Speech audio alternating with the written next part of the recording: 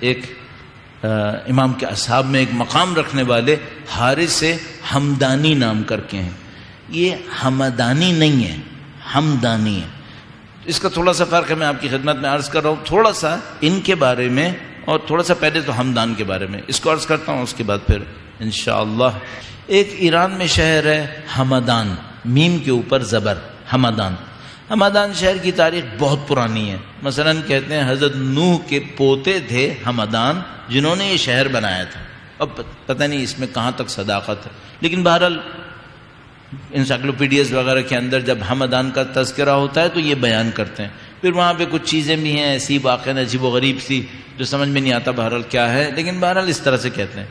یہ جو حارث ہمدانی ہے، ہمدان یمن کا ایک قبیلہ ہے. اس کا اس ہمدان سے کوئی تعلق نہیں ہے، بالکل کوئی تعلق نہیں. ہمدان یمن کا ایک قبیلہ ہے اور یہ یمن میں رہتے تھے. یمن آپ کو معلوم ہے کہ یمن اہل بیت اطہار علیہ السلام کے چاہنے والوں کا مرکز تھا. بڑے اہل بیت کے چاہنے والے اس شہر کے اندر رہا کرتے تھے، اور عبداللہ بن عباس یہاں پہ رہ چکے تھے تو اس کی وجہ سے شاید تاثیر تھی اس کے اوپر، لیکن اچھے لوگ تھے یہاں پہ. اور یہ قبیلہ ہمدان یہ اصحاب رسول میں نہیں تھے، یعنی یہ لوگ دیر سے مدینہ کی طرف آئے، کوفہ میں آئے تھے یہ لوگ رہنے کے لیے. یہ قبیلہ یمن میں رہتا تھا. ایک جگہ پڑھا، اس کو کنفرم نہیں سمجھیے گا لیکن میں صرف بتا رہا ہوں، ایک جگہ میں نے پڑھا کہ حوثی ہمدانی تھے. یہ جو حوث قبیلہ تھا یہ ہمدانیوں کی برانچ تھی. اب نہیں معلوم یہ آج کے جو حوثی ہیں یہ اسی ہمدان کے ہیں یا نہیں ہیں، اس پہ کوئی کنفرمیشن نہیں ہے، میرے پاس تو نہیں ہے. شاید سرچ کروں تو مل جاتی، لیکن میرے پاس تو کم از کم ٹائم نہیں تھا، یا میرے اندر اس کے اوپر انٹرسٹ نہیں تھا کہ میں اس کو ڈھونڈتا. شاید وہی ہوں شاید نہ ہوں. یہ ہمدان قبیلہ کوفہ بننے کے بعد یمن سے نکلا اور کوفہ کے سراؤنڈنگ میں آ کے رہنے لگا. اس کا مطلب ہے یہ لوگ اصحاب رسول کاؤنٹ نہیں ہوں گے، چونکہ کوفہ ظاہر ہے کہ بعد میں ڈیولپ ہوا ہے، تو یہ لوگ کاؤنٹ ہوں گے تابعین میں سے. جو رسول اللہ کے اصحاب کے بعد کی کلاس ہے تابعین، اس میں یہ لوگ کاؤنٹ ہوں گے. لیکن خود حارث ہمدانی ان کا بڑا مقام سمجھا جاتا ہے. ان کی شخصیت ایک تو یہ کہ امیر المومنین کے چند خاص اصحاب میں سے شمار کیے جاتے ہیں.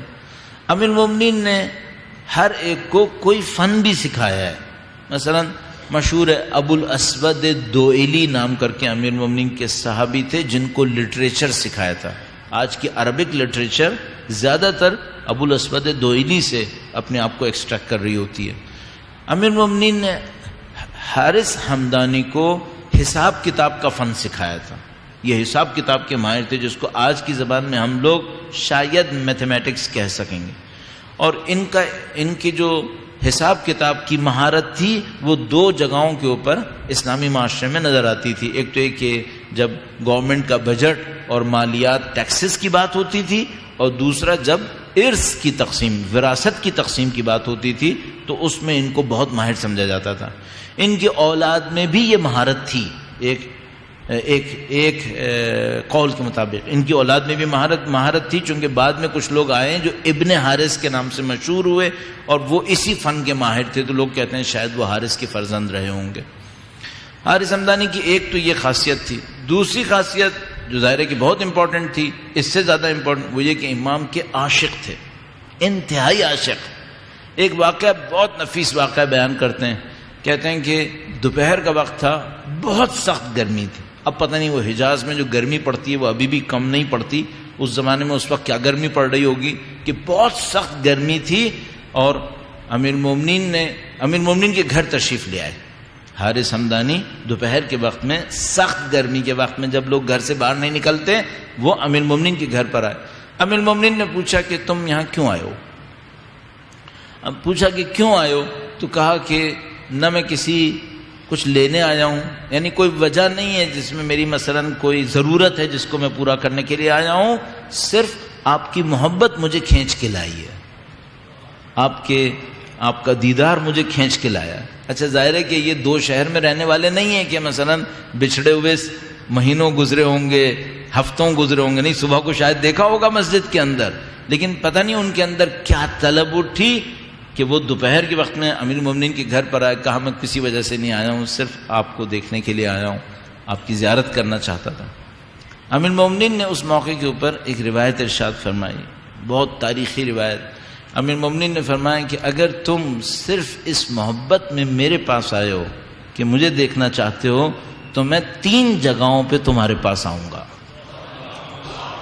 3 جگہوں پہ میں تمہارے پاس آؤں گا۔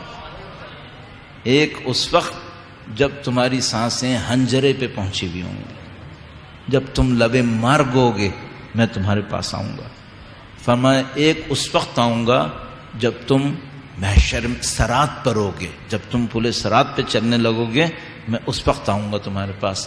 اور کہا ایک اس وقت آؤں گا جب حوض پہ پہنچنے والے ہوگے، میں اس وقت تمہارے پاس آؤں گا۔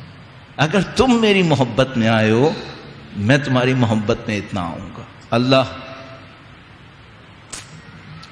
کہاں حارث حمدانی، کہاں ہم، کہ وہ فضل کرنے والے ہیں، وہ بخشنے والے ہیں، وہ نوازنے والے ہیں انشاءاللہ۔ اور ایک موقع کے اوپر حارث حمدانی آئے امام کے سامنے اور امام نے ان سے ایک جملہ کہا۔ اب یہ دیکھیں یہ اورینٹیشن سکھا رہی ہے، بتا رہی ہے اورینٹیشن کیا ہے۔ امام نے ان کو دیکھا اور کہا کہ اس طرح سے فرمائے کہ اے حارث، کوئی مرنے والا مجھے دیکھے بغیر نہیں مرے گا، کوئی مرنے والا مجھے دیکھے بغیر نہیں مرے گا۔ چاہنے والا ہوگا تو میرا دیدار اسے سکون دے گا، دشمن ہوگا تو میرا دیدار عذاب دے گا، کوئی مرنے والا مجھے دیکھے بغیر نہیں مرے۔ مولا سب کو اچھی خوبصورت پاکیزہ زیارت نصیب فرمائے۔